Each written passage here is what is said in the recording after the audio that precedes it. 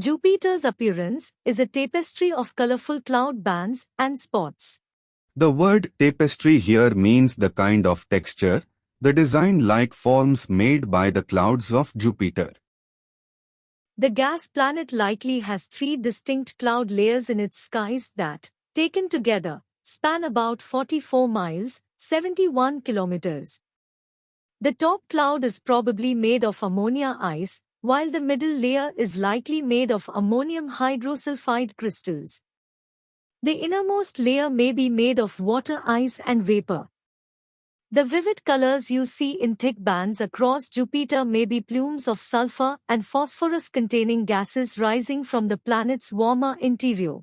Vivid means producing a strong or clear impression, which in this case is due to the plumes, any of the several columns of molten rock rising from the planet's lower mantle that are theorized to drive tectonic plate movement and to underlie hot spots.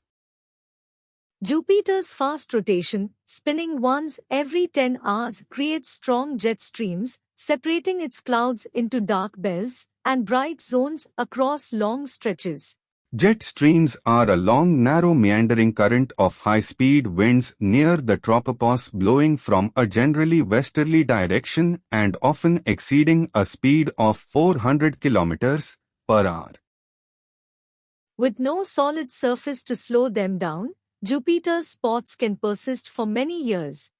To persist is to go on resolutely or stubbornly in spite of opposition, importunity, or warning, like to carry on no matter what, to pursue. Stormy Jupiter is swept by over a dozen prevailing winds, some reaching up to 335 miles per hour, 539 kilometers per hour, at the equator. The Great Red Spot, a swirling oval of clouds twice as wide as Earth, has been observed on the giant planet for more than 300 years.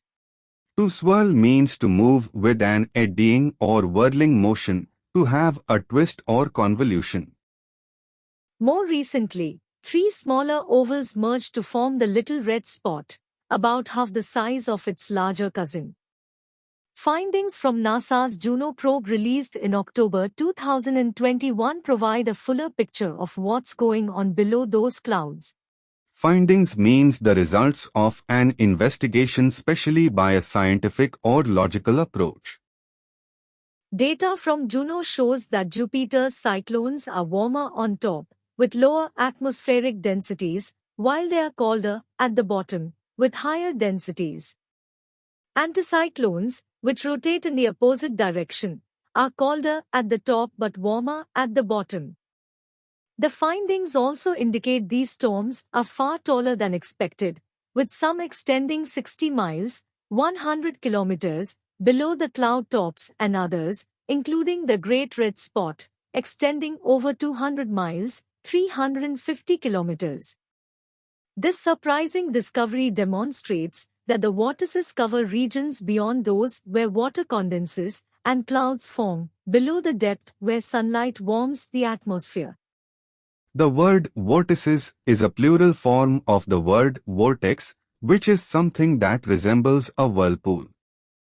The height and size of the Great Red Spot mean the concentration of atmospheric mass within the storm potentially could be detectable by instruments studying Jupiter's gravity field.